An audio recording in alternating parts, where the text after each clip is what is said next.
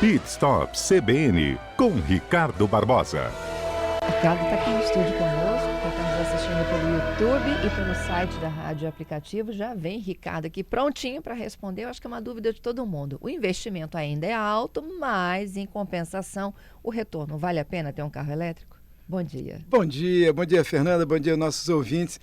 Tem um retorno muito interessante. Geralmente, quando um consumidor vai pesquisar ou comprar um carro elétrico, logo ele pensa na economia de combustível, né? É a primeira coisa que ele está pensando.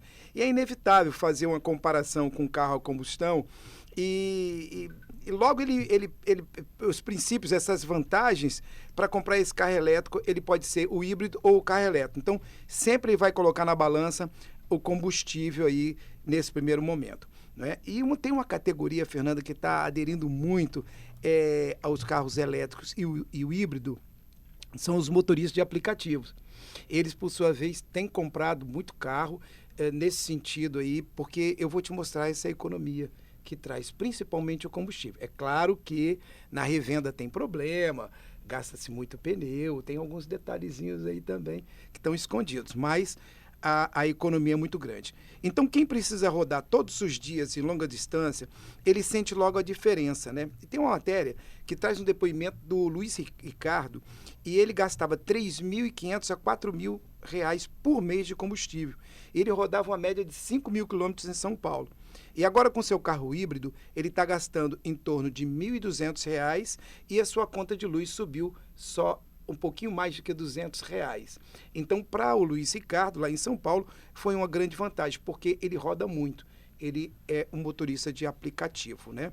E outra matéria, ela traz um cálculo muito curioso, que é um motorista de aplicativo que rodou 107 mil quilômetros. E aí ele começou a fazer algumas contas e ele viu que o carro dele fazia uma média de 12 quilômetros, né, por litro. É uma média, de certo modo, alto para São Paulo, porque tem muito trânsito. Ele precisaria gastar 9.000 litros de gasolina. Com um preço médio de R$ 6,00 no Brasil da gasolina, ele teria que gastar R$ 53.500. Quando a gente para fazer essa conta, a gente vê quanto a gente gasta com gasolina. Não é pouca coisa. Então, em cima desse cálculo, ele continua expondo aqui os números, e com o carro elétrico, que tem autonomia agora, ele está com o carro elétrico com autonomia de 300 quilômetros, ele fez as contas e chegou à seguinte conclusão, que para rodar os mesmos 107 mil quilômetros, ele gastou R$ 13.000 e teve uma economia de mais de R$ 40.000. Então, foi muito bom. É claro que quando um motorista de aplicativo faz essas contas, ele vai e troca. Eu tive um dia desse numa concessionária e o rapaz falou, o vendedor, olha, o que tem de motorista de aplicativo vindo aqui, comprando esse carro mais simples, ele entregando dele e pegando o outro, ele está tirando essa diferença aí no combustível, né? Agora, eu acho que não só para aplicativo, para qualquer ser humano, a diferença é considerável. Ela é considerável, Fernanda, mas quando a pessoa roda pouco, não é muita vantagem. Então você acaba gastando num carro elétrico, você tem aquele trabalho de você estar plugando ele, não pode esquecer de chegar em casa. Cheguei com compra. Imagina você, chegou cheio de compra, criança, aquela coisa toda, chega em casa, sobe, mas você esqueceu de plugar o carro na tomada. Quando você desce no dia seguinte, caramba, aí vai de Uber. Não dá para chegar na Gazeta. Vai de Uber.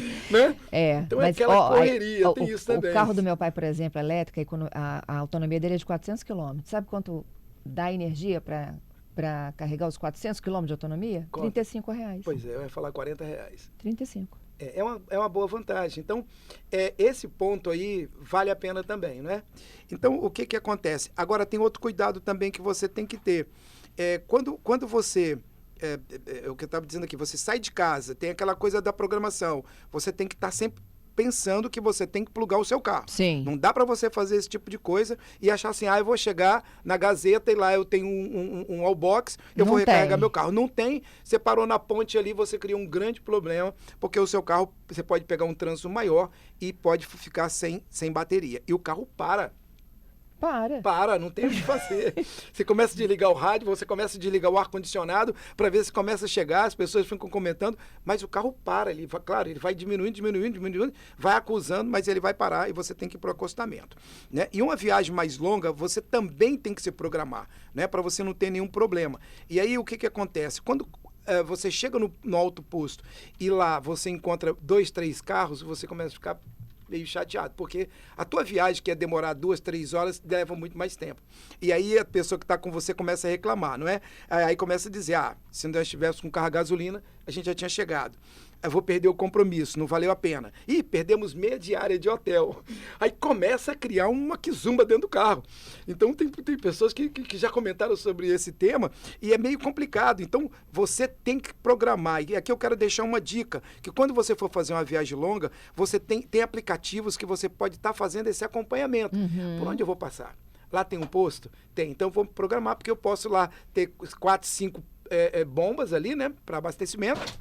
E, no entanto, eu chego lá, mas tem mais 2, 3, 4, 5 carros já abastecendo. Eu tenho que esperar uma fila de meia hora, 40 minutos, dependendo de quem estiver na frente. O Robson está no YouTube aqui falando, plugar o carro na tomada tem que se tornar uma rotina. Da mesma forma como que você se programa para abastecer, você se programa para carregar. E outra coisa, tem o celular também. Né? Mas tem uma diferença aí, Robson. O que acontece? Quando você está dirigindo, acendeu aquela luzinha, você fala, quer saber? Eu vou fazer isso hoje, não, vou fazer amanhã.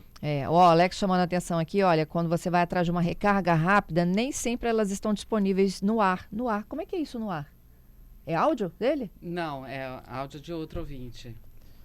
Você sabe o que é essa recarga no ar?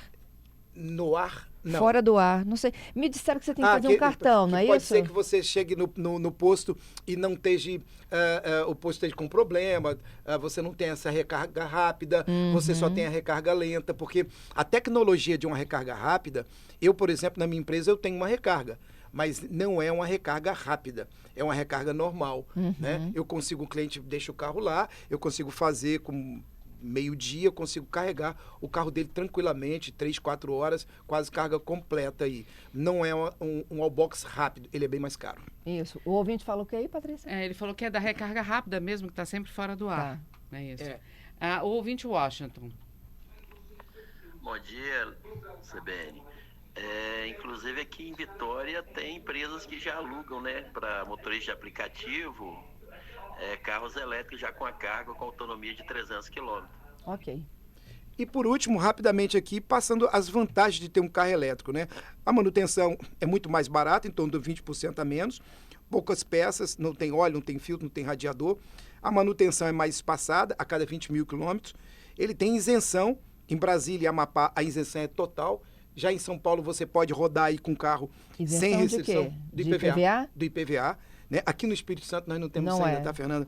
Né? A economia em relação ao combustível é um carro mais tecnológico, um carro mais silencioso e que emite menos monóxido de carbono. Então, essas são algumas vantagens de você possuir um carro elétrico. É isso, gente. Eu já vou fazer parte 2 na próxima segunda-feira, porque a gente pode, com mais calma e tranquilidade, detalhar, depois de adquirido o carro, quais são os processos de economia, além do abastecer, porque tem um ouvinte me perguntando de bateria, então a gente pode voltar. Legal, então vamos pedir aos nossos ouvintes que mandem as dúvidas perguntas depois da semana. Elétricos. A Patrícia vai anotar tudo e semana que vem nós estamos aqui para responder as perguntas do nosso ouvinte. Até a semana que vem e um forte abraço!